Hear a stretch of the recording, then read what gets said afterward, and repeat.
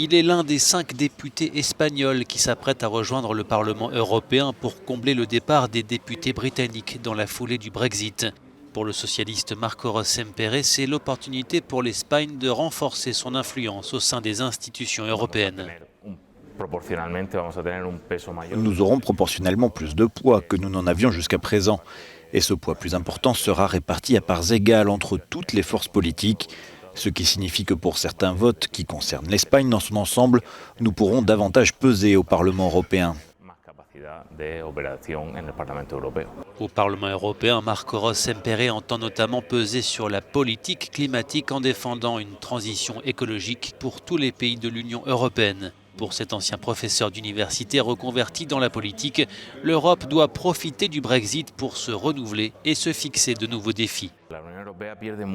L'Union perd beaucoup avec le départ du Royaume-Uni. Elle perd un allié, un partenaire stratégique et un partenaire très puissant. Mais désormais, il ne faut plus penser à la perte du Royaume-Uni, mais aux opportunités qui s'offrent à nous pour l'avenir. Marco Rossempere est originaire de Murcie, dans l'est de l'Espagne, une région où l'extrême droite est arrivée en tête lors des dernières législatives. En intégrant le Parlement européen, il entend contribuer au combat contre l'extrémisme. Il y a une menace significative des partis d'extrême droite qui ont fait leur entrée dans de nombreux parlements nationaux ainsi qu'au Parlement européen. Et donc ce que l'Union européenne doit faire et ce pourquoi nous allons nous battre en tant que membres du groupe social-démocrate est de faire en sorte que les citoyens se sentent représentés par les institutions européennes, qu'ils sentent qu'elles lui apportent un bénéfice.